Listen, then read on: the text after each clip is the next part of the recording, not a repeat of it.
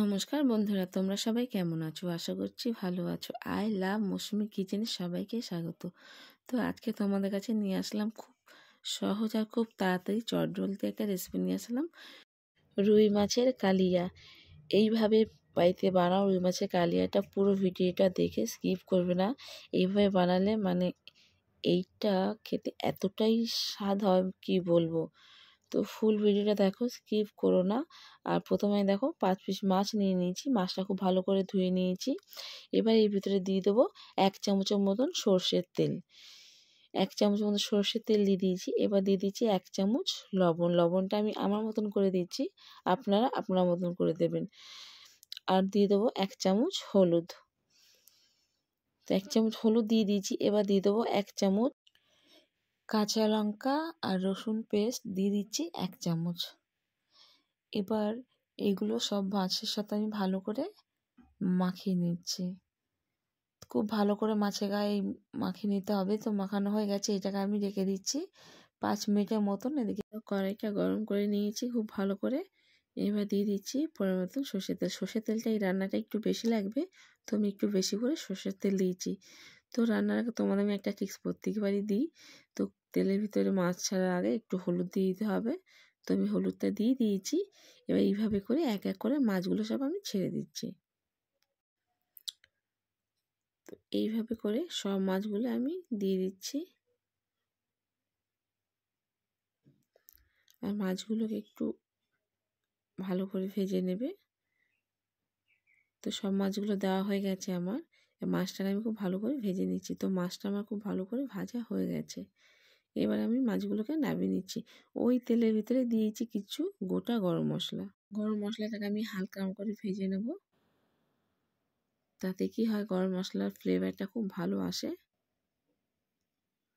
এইভাবে করে হালকা করে গরম মশলাটা ভেজে নিয়েছি। আমি আগে থাকতে কিছু পেঁয়াজ কুচিয়ে রেখেছিলাম, দিয়ে দিচ্ছি। তো পেঁয়াজটা আমি দুইভাবে দেবো। তো এইভাবে কিছুটা পেঁয়াজ আমি কুচিয়ে রেখেছিলাম, এটা দিয়ে দিচ্ছি। দিয়ে পেঁয়াজটা খুব ভালো করে ভেজে নিতে হবে। এর ভিতরে দিয়ে দিচ্ছি অল্প পরিমাণে লবণ। দিলে লবণটা আমি এই কারণে দিয়েছি, খুব তাড়াতাড়ি পেঁয়াজটা নরম হয়ে যাবে। তো এইভাবে করে পেঁয়াজটাকে খুব ভালো করে আমি ভেজে নিচ্ছি। তো পেঁয়াজটা আমার ভাজা হয়ে গেছে। এবার এর ভিতরে দিয়ে দেবো আমি 1 চামচ রসুন আর কাঁচা লঙ্কার পেস্ট। এটাকেও দিয়ে খুব ভালো করে ভেজে নিচ্ছি, যাতে রসুনের কাঁচা স্মেলটা না থাকে।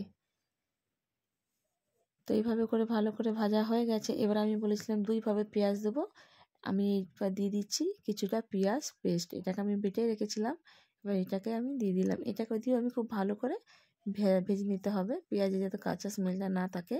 তার জন্য এই পেঁয়াজটা খুব ভালো করে ভেজে নেব। তো এইভাবে করে নেড়ে নিতে হবে, গায়ে না লেগে যায়। তো দেখো এটা খুব ভালো করে আমার ভাজা হয়ে গেছে। এবার এর ভিতরে আমি দিয়ে দিলাম একটু জল। জলটা দিয়ে ভালো করে আমি মশলাগুলোর সাথে মিশিয়ে নিচ্ছি। এবার এর ভিতরে দিয়ে দেবো একটা আমি টমেটো পেস্ট করে রেখেছিলাম, ছোটো সাইজের টমেটো। তো ওটাকে আমি দিয়ে দিয়েছি। দিয়ে খুব ভালো করে মিশিয়ে দিতে হবে। খুব ভালো করে আমি মিশিয়ে দিচ্ছি। এবার এর ভিতরে আমি দিয়ে দিচ্ছি কাশ্মীরি লঙ্কার গুঁড়ো, দিয়ে দিলাম 1 চামচের মতো। কাশ্মীরি লঙ্কাটা আমি শুধু দিলাম কালার আনার জন্যে। এবার দিয়ে দিচ্ছি 1 চামচ হলুদ, দিয়ে দিলাম 1 চামচ ধনিয়া গুঁড়ো, দিয়ে দিচ্ছি জিরে গুঁড়ো 2 চামচ। দিয়ে এবার এটাকে খুব ভালো করে মশলাটাকে মিক্স করে দিচ্ছি। খুব ভালো করে মশলাটা মিশিয়ে দিয়েছি। এবার দিয়ে দিচ্ছি এর ভিতরে 2 চামচ আদা বাটা। তো আদাটা দিয়েও খুব ভালো করে মশলার সাথে একসাথে মিক্স করে দিচ্ছি। এবার খুব ভালো করে মশলাটাকে কষিয়ে নিতে হবে মিডিয়াম। তো দেখো মশলাটা খুব ভালো করে মিশিয়ে নেওয়ার পর এবার মশলাটা খুব ভালো করে কষানো হয়ে যাচ্ছে। তো মশলাটা আমি খুব ভালো করে কষিয়ে নিয়েছি, মশলাটা দিয়ে তেল ছেড়ে দিয়েছে। এবার দিয়ে দিলাম আমি জল। তো জল দিয়ে মশলার সাথে খুব ভালো করে মিশিয়ে দিয়েছি। আর একটু আমি জল দিয়ে দেবো। দিয়ে এবার এটাকে খুব ভালো করে আমি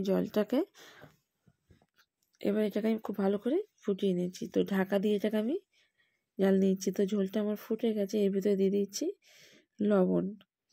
তো তো লবণটা আমি প্রথমে কিছুটা দিয়েছিলাম, কম হয়েছে বলে ফের আমি এখন একটু লবণ দিয়ে দিলাম, দিয়ে আবার খুব ভালো করে নেড়ে আবার ঢাকা দিয়ে দিচ্ছি আমি।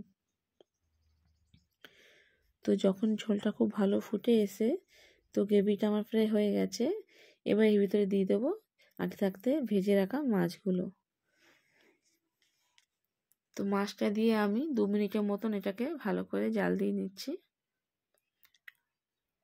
তো 2 মিনিটের মতন আমার হয়ে গেছে। তো গ্রেভিটা আমি এতটাই রাখবো, এর থেকে বেশি শুকাবো না। তো এবার এর ভিতরে দিয়ে দিলাম কিছু ধনেপাতা। ধনেপাতাটা দিয়ে 2 মিনিটের মতন রান্না করে আমার এটাকে এবার আমি নামিয়ে নেবো। তো আজকের আমাদের রুই মাছের কালিয়া কমপ্লিট হয়ে গেছে। তোমাদের যদি ভিডিওটা ভালো লাগে তোমরা ফুল ভিডিওটা দেখো, স্কিপ করো না।